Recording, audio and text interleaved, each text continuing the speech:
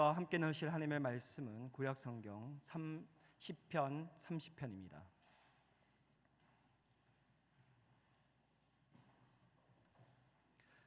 구약성경 시편 30편, 제가 가진 성경 822페이지입니다.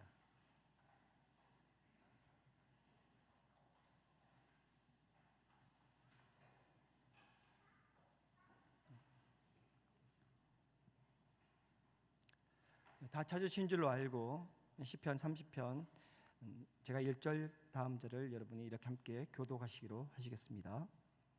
시편 30편 1절을 받들어 있습니다. 여호와여, 내가 주를 높일 것은 주께서 나를 끌어내사 내 원수로 하여금 나로 말미암아 기뻐하지 못하게 하심이니이다.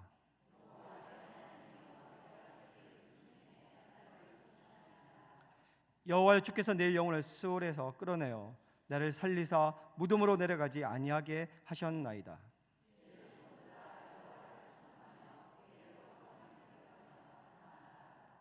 그의 노염은 잠깐이요 그의 은총은 평생이로다. 저녁에는 울음이 깃들지라도 아침에는 기쁨이 오리로다.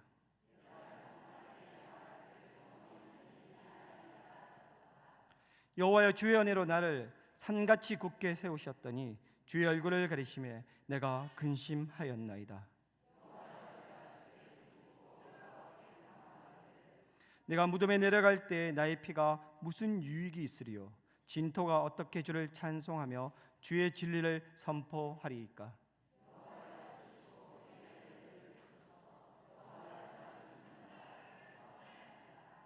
주께서 나의 슬픔이 변하여 내게 춤이 되게 하시며 나의 베옷을 벗기고 기쁨으로 띠띠우셨나이다.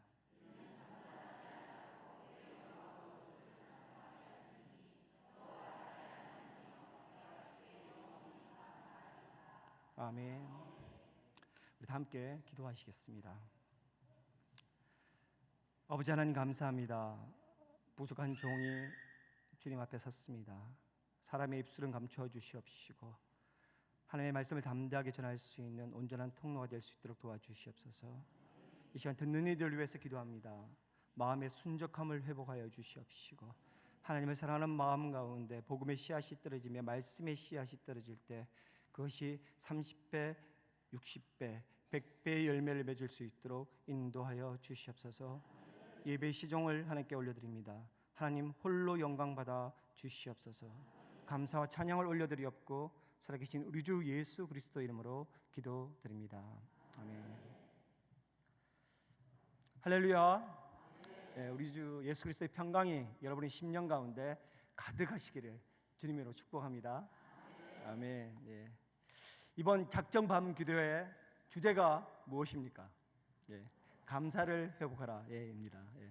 이틀 동안 감사가 많이 회복되셨습니까? 아멘이십니까? 남은 기도를 통해서 우리 안에 감사를 온전하게 회복시키는 성령의 충만한 임재가 이곳에 있기를 기도합니다. 아멘. 오늘 우리는 다윗의 노년에 자신이 살아온 인생을 돌아보면서 평생을 지켜주신 하나님께 감사를 고백하는 그런 시편을 함께 나누기를 원합니다. 우리도 인생을 살아가면서 많은 일들을 겪고 또 때로는 고난을 견디며 살아갑니다만 다윗의 삶과 감히 그 파란만장함을 겨눌 수 있는 사람이 얼마나 될까요? 그럼에도 불구하고 다윗은 수많은 감사의 고백을 해왔고 또 이렇게 인생의 마지막에 하나님께 감사하는 찬양을 우리에게 들려주고 있습니다. 여러분, 우리도 감사합시다. 이것이 오늘 설교의 제목입니다. 우리 옆에 있는 분들에게 한번 이렇게 인사했으면 좋겠습니다. 감사합시다. 이렇게 인사했습니다. 감사합니다. 감사합시다. 감사합니다. 최근 사회 현상을 반영하고 있는 심리학 용어로서 빈둥지 증후군이라는 단어가 있습니다. 이는 주로 여성들에게 나타나는 증상이지만 남성들에게도 발견된다고 주장하는 심리학자들도 있습니다. 어미새가 정성껏 아기새를 키웁니다. 어미의 사랑을 받으며 아기새가 날개짓을 하기 시작합니다. 어느 날 장성한 아기새는 둥지와 어미새를 남겨두고 자신의 하늘로 향해서 날아갑니다. 텅 빈 둥지 속에 덩그러니 홀로 남게 된 어미새는 말할 수 없는 쓸쓸함을 느낍니다. 이처럼 자식을 떠나보낸 부모의 허전함, 혹시 자식이 함께 있어도 세대 차이나 또 문화 차이에 있어서 더 이상 공감이 느껴지지 못하는 부모의 허전함이 우울증으로 깊어진 것이 바로 빈둥지 증후군이라는 것입니다. 그런데 이렇게 빈둥지 증후군을 조심해야 할 지극한 연배에 어느 시인이 쓸쓸함의 고마움이라는 시를 썼습니다. 제가 한번 읽어드리겠습니다. 얘들아, 우리를 쓸쓸하게 살게 해주어 고맙구나. 멀리 멀리 떠나가 너희 마음대로 잘 살아주어서 고맙구나. 너희 엄마랑 둘이서 보낼 수 있는 쓸쓸한 긴 밤이 참 좋단다. 아침에 일어나 편안한 마음으로 바라보는 햇볕 또한 좋단다. 그저 햇볕을 햇볕으로, 바람을 바람으로, 꽃을 꽃으로만 느끼고 살도록 해주어서 고맙구나. 애를 키우나 정신없고 돈 버느라 정신없을 때는 햇볕의 따사로움도 꽃의 향기도 느낄 여유가 없었습니다. 자식을 다 떠나보내고 나니까 햇볕을 햇볕으로, 또 꽃을 꽃으로, 바람을 바람으로 느낄 수 있어서 고맙다는 시인의 고백인 것입니다. 사람이란 이처럼 참 신비한 존재입니다. 어떤 사람은 쓸쓸함 때문에 우울증에 걸리고, 또 어떤 사람은 쓸쓸함 속에서 고마움을 느낍니다. 오늘은 감사의 시편을 함께 나누겠습니다. 우리는 어떻게 감사하는 인생을 살아갈 수 있을까요? 첫 번째로, 감사는 하나님을 기억하면서 시작이 됩니다. 아멘이십니까? 예. 오늘 본문 30편 4절 말씀을 한 목소리로 읽겠습니다. 시작. 주의 성도들아, 여호와를 찬송하며 그의 거룩함을 기억하며 감사하라. 예, 아멘. 찬양으로 시작된 시편 기자의 마음에 감사의 끝을 맺습니다. 본문 3절을 보시면 다윗은 그의 영혼이 마치 지옥의 바닥처럼 내려가는 것처럼 느껴지는 뼈아픈 고난을 경험하며 살아왔습니다. 그런 그가 하나님께 감사할 수 있었던 이유는 그것이 바로 그가 하나님의 거룩하심을 기억했기 때문이라고 4절에 이야기하고 있습니다. 그렇다면 하나님의 거룩하심이 왜 감사의 이유가 되는 것입니까? 하나님은 사랑의 하나님이십니다. 그리고 그 사랑의 대사랑으로 우리를 창조하셨습니다. 동시에 하나님은 거룩하십니다.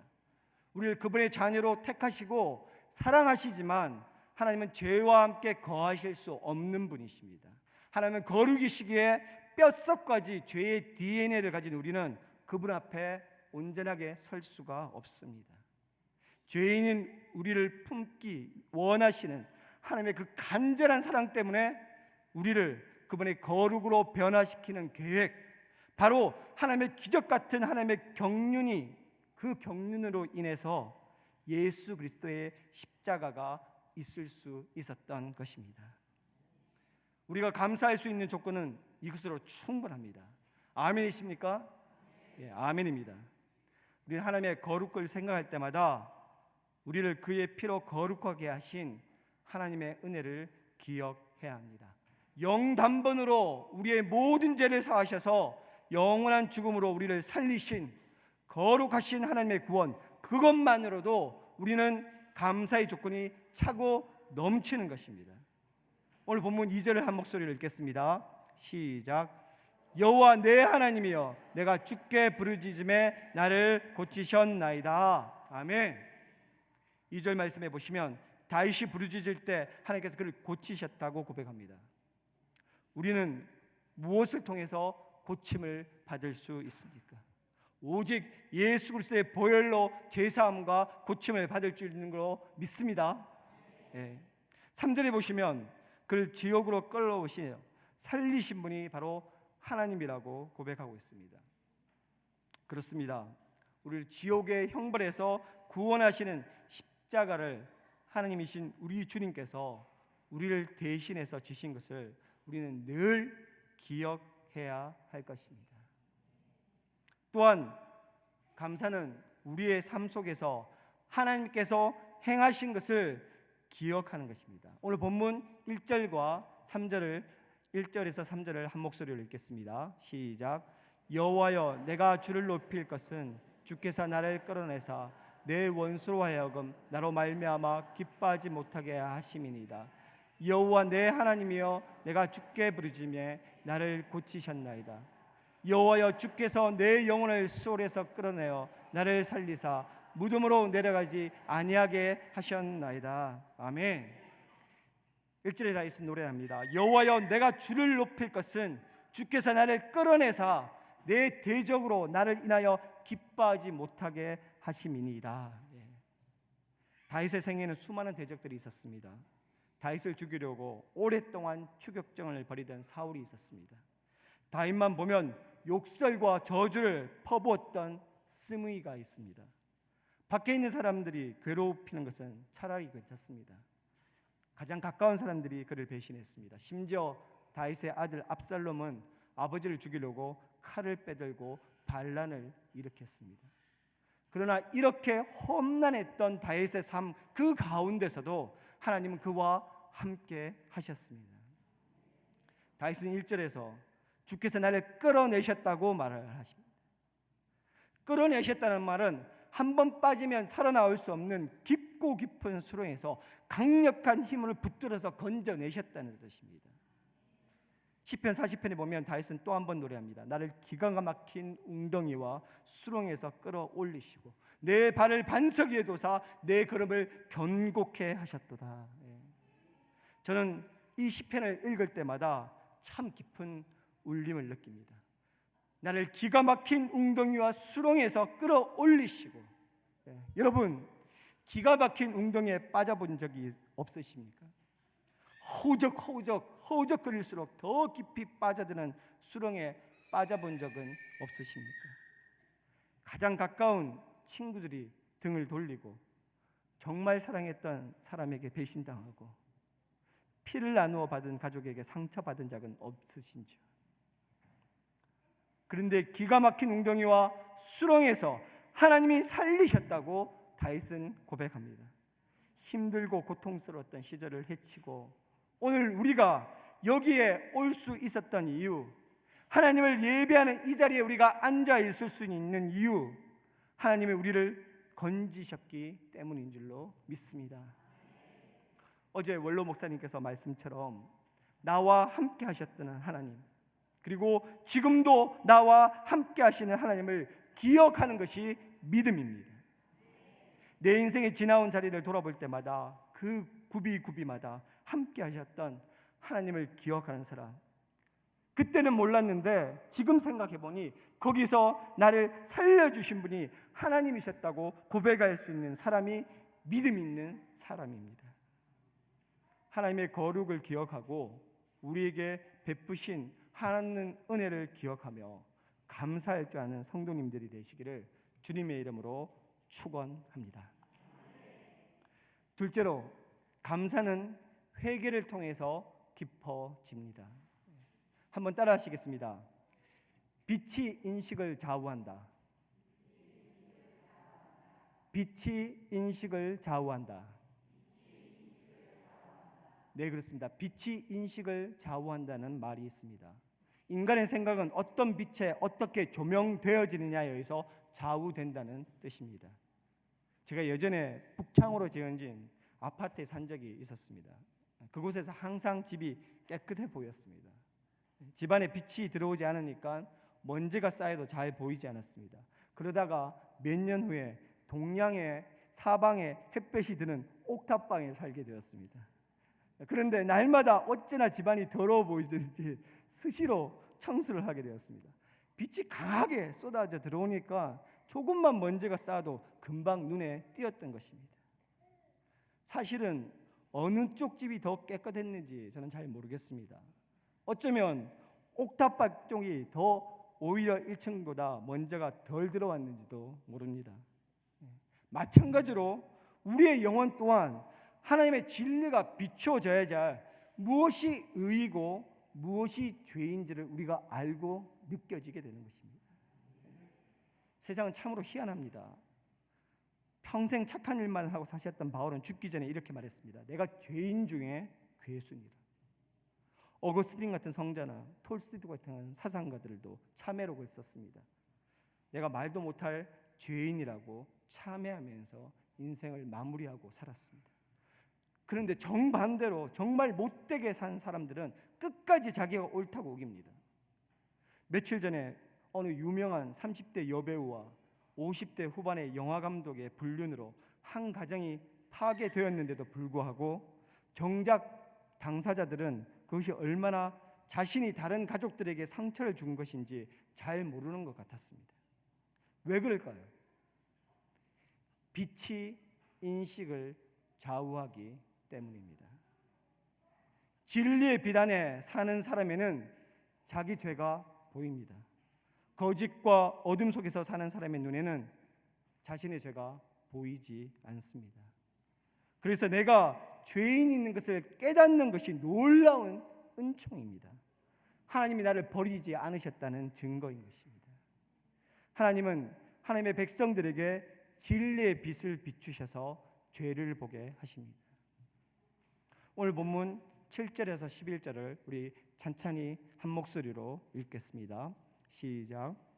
여호와여, 주의 은혜로 나를 산같이 굳게 세우셨더니 주의 얼굴을 가리심에 내가 근심하였나이다. 여호와여, 내가 주께 부르짖고 여호와께 간구하기를 내가 무덤에 내려갈 때 나의 피가 무슨 유익이 있으리요? 진토가 어떻게 주를 찬송하며 주의 진리를 선포하리이까? 여호와여, 들으시고 내게 은혜를 베푸소서. 여호와여, 나를 돕는 자가 되소서 하였나이다. 주께서 나의 슬픔이 변하여 내게 춤이 되게 하시며 나의 베옷을 벗기고 기쁨으로 띠우셨나이다. 아멘. 다윗은 위대한 전체가요, 탁월한 전략가요, 천재적인 시인이었습니다. 그렇다고 그에게 죄가 없었던 것은 아닙니다. 남의 여자를 빼앗기 위해 남편을 죽이기까지 했습니다. 역사적으로 볼 때 왕들이 남의 여자를 빼앗는 것은 비일비재한 일이었고 대부분 그게 죄라고 여겨지지도 않았습니다. 하지만 다윗은 자신의 죄를 철저하게 인정을 했습니다. 다윗 정도 되는 제왕이라면 막강한 권력을 이용해서 얼마든지 죄를 감출 수 있었을 것입니다. 하지만 다윗은 오히려 자신의 죄를 만천하에 공개했습니다. 밤마다 울면서 괴로워했는데 어찌나 눈물을 많이 흘렸는지 침상이 다 젖었습니다. 오늘 우리가 읽었던 7절과 11절에서 다윗은 자신의 죄로 인해 하나님께 그 얼굴을 가리셨을 때 근심함으로 주께 부르짖으며 간구했다고 이야기하고 있습니다. 주님의 도우심을 간절히 바라며 베옷을 입고 슬피 울며 회개했습니다. 죄의 대가도 톡톡하게 치렀습니다. 죄 때문에 자신의 아기가 죽었습니다. 죄 때문에 집안에 칼부림이 끊이지 않았습니다. 자식이 부모를 향해 칼을 들었습니다. 이런 처절한 대가를 치르면서 다윗은 처절히 하나님 앞에 자신을 돌이켜서 마침내 죄를 극복해내었습니다. 용서의 은총을 경험한 다윗이 11절에서 이렇게 말합니다. 주께서 나의 슬픔을 변하여 춤이 되게 하시며 나의 베옷을 벗기고 기쁨으로 띠우셨나이다 라고 고백합니다. 온전한 기쁨과 감사의 찬양을 드립니다. 하나님이 그의 회개를 받으시고 그의 죄를 용서하셨습니다. 울음으로 가득 찼던 저녁이 지나 기쁨으로 밝아오는 아침을 맞게 하셨습니다. 슬픔이 변하여서 기쁨이 춤이 되게 하셨습니다. 진실하게 회개하는 사람에게 용서의 은혜가 내립니다. 우리 주님의 용서 앞에서 우리가 어찌 감사하지 않을 수 있겠습니까? 그래서 하이리 밀러는 회개는 최선의 감사라고 말했습니다. 날마다 회개할 수 있는 은혜가 저와 여러분에게 떠나지 않기를 주님의 이름으로 축원합니다. 아멘. 셋째로, 감사는 믿음의 결단입니다. 오늘 본문 마지막 12절은 다윗의 결단을 보여줍니다. 여호와 나의 하나님이여, 내가 주께 영영히 감사하리이다.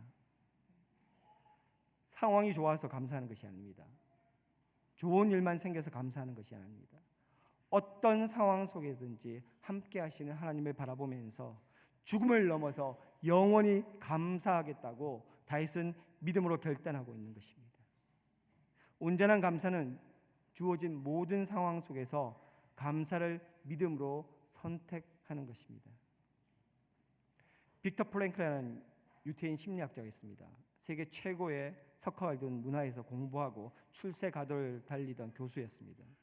그런데 그의 인생에 어느 날 갑자기 산산조각이 납니다.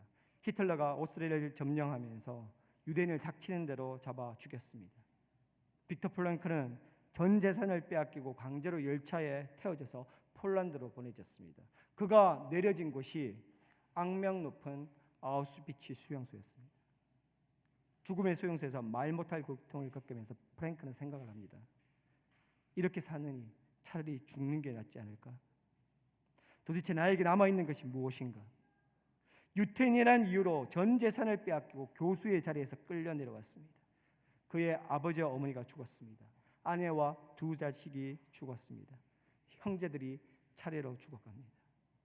그의 남은 것은 아무것도 없었습니다.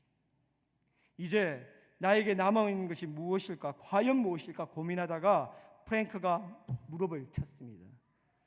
아무도 빼앗을 수 없는 나의 마지막 자유, 그것은 생각하는 자유요, 마음의 자유요, 선택할 수 있는 자유다. 내 밖에 있는 것은 다 빼앗아갈 수 있다. 그러나 내 마음으로 무엇을 생각하는지 아무도 빼앗아갈 수 없다. 프랭클은 또 고민합니다. 그러면 나에게 남아있는 이 생각의 자유를 가지고 무엇을 생각할까? 독일인들을 미워하고 증오하고 원망하고 불평하기를 선택할까? 아니면 감사하고 기뻐하고 행복하기를 선택할까? 프랭클은 기뻐하고 감사하기를 선택했습니다. 그날부터 그는 감사하는 일만 생각했습니다. 고통 속에 살면서도 저녁 노을이 지는 것을 보고 감사했습니다. 길가에 피어있는 한 송이 꽃을 보고 감사를 했습니다. 프랭크의 책을 읽다가 저는 크게 감동받은 한 구절이 있습니다. 하루 종일 중노동에 시달리다가 기진맥진한 채로 짐승우리 같은 막사로 돌아왔는데 진흙 웅덩이에 하늘이 비쳤습니다. 더러운 진흙 웅덩이에 비친 맑은 하늘을 보고 프랭크가 이런 기록을 남겼습니다. 세상이 이처럼 아름다울 수 있다니. 세상이 이처럼 아름다울 수 있다니. 아무도 웃지 않는 그곳에서 그는 혼자 웃었습니다. 아무도 감사하지 않는 곳에서 그는 혼자 감사했습니다. 그의 모습이 사람들을 감동시켰습니다. 나중에는 그를 괴롭히던 고문하던 간수들까지 감동시켰습니다. 그들은 매일 한 가지씩 재미있는 이야기를 지어서 나누었습니다. 깔깔깔깔 그렇게 웃으면서 감사하면서 그들은 참혹한 세월을 견뎌냈습니다. 무려 400만 명이 넘는 사람들이 학살당하고 단 7,650명만이 살아남는 아우슈비츠에서 프랭크와 그의 동료들은 끝까지 살아남았습니다. 그 프랭크의 책은 세계적인 베스트셀러가 되었습니다. 37살에 끌려가서 3년 만에 풀려난 프랭크는 그 후 무려 52년간 더 살았습니다. 죽음의 수용소를 견뎌낸 힘을 가지고 수많은 사람들을 상담하고 치료하고 위로하는 마지막까지 참으로 아름답고 가치 있는 삶을 살았습니다. 우리에게 남아있는 마지막 자유, 아무도 빼앗을 수 없는 마지막 자유가 있다면 그 자유를 가지고 매 순간 하나님의 구원의 은혜를 기억하며 감사하기를 선택하는 저와 여러분이 되시기를 바랍니다. 세상의 시각으로 보면 불평할 수밖에 없는 상황이지만 의에 줄이고 목마른 상태에서 보면 무엇 하나 눈물을 흘리며 감사하지 않을 것이 없습니다. 우리의 욕심과 기대를 잠시 내려놓고 우리의 기대가 채워지는 것이 중요한 것이 아니라 하나님의 자녀로 거룩하신 하나님의 형상을 닮아가며 오늘 우리가 숨을 쉬고 살아있다는 이 사실 그 자체만으로 감사한 것입니다. 왜냐하면 우리가 하나님의 자녀인 이상 우리 하나님이 우리의 모든 것을 책임져 주시기 때문입니다. 사랑하는 여러분, 삶이 여러분을 속일지라도 슬퍼하거나 노하지 마십시오. 감사하는 사람은 세상을 이길 수 있습니다. 감사하는 사람은 마귀를 이길 수 있습니다. 어떤 불평과 역경과 감사하는 사람을 괴롭히지 못하는 것입니다. 감사하는 사람을 이길 장사는 없습니다. 더욱 은혜 가운데 거할 수 있는 비결도 감사입니다. 감사는 이 땅이 아니라 천국에서 옵니다. 흔들리지 않는 영원한 나라에서 흘러나오는 생수가 감사입니다. 감사하기 시작하면 세상이 변합니다.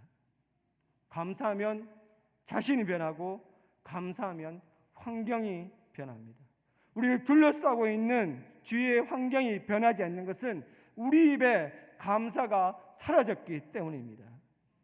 건강해도 감사하고 병들어도 감사하십시오.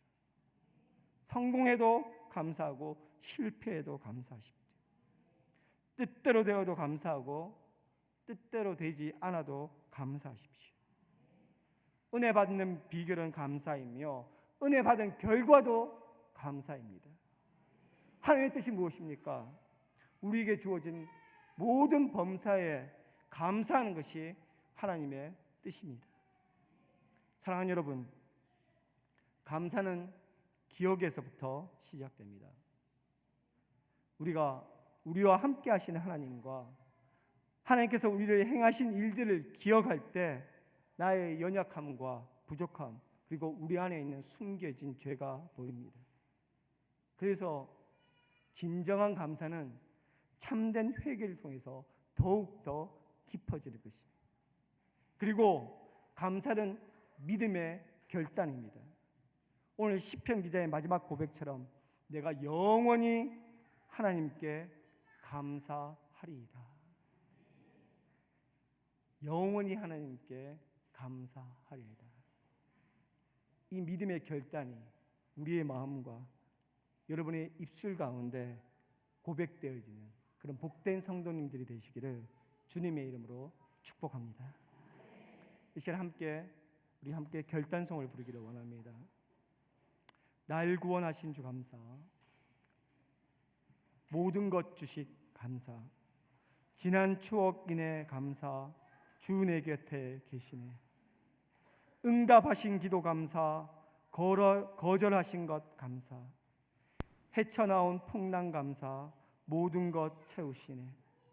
기쁨과 슬픔도 감사, 하늘의 평안을 감사, 내일의 희망을 감사, 영원토록 감사합니다. 우리 함께 가사를 생각하며 우리 감사 찬양 하나님께 올리겠습니다.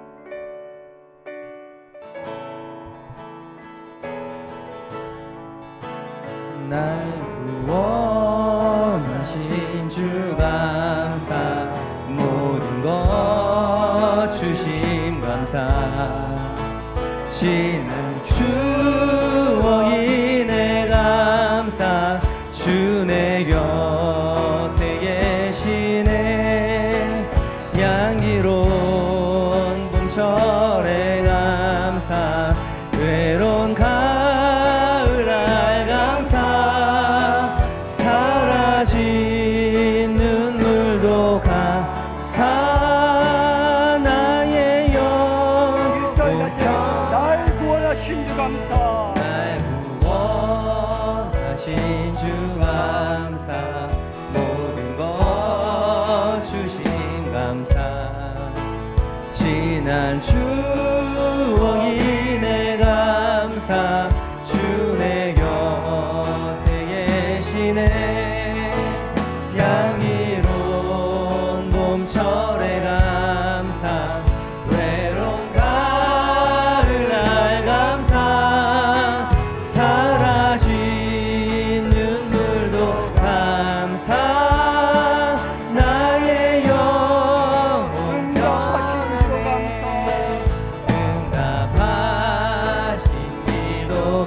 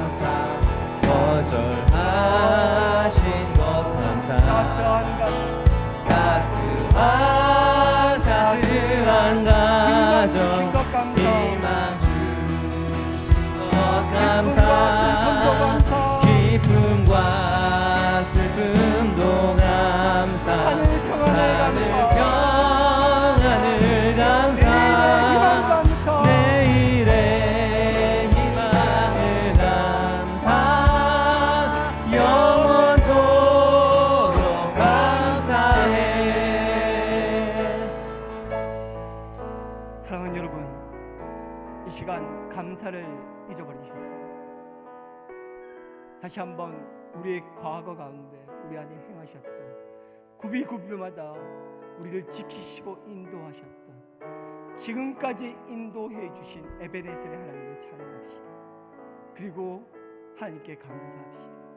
감사로 제사를 드린 자가 하나님을 영원롭게 하느니 그 행위를 옳게 하는 자에게 하나님의 구원을 보이신다고 말씀하셨습니다. 감사하는 사람을 세상이 이길 수가 없습니다. 감사하는 사람은 마귀를 이길 수 있습니다. 어떤 불평과 역경도 감사하는 사람을 괴롭히지 못하는 것입니다. 이 시간 우리 함께 하나님 다시 한번 우리에게 잊혀져 버렸던 감사를 회복해 해달라고 주여 3번 부르고 합심하여 기도하며 나아갑니다. 주여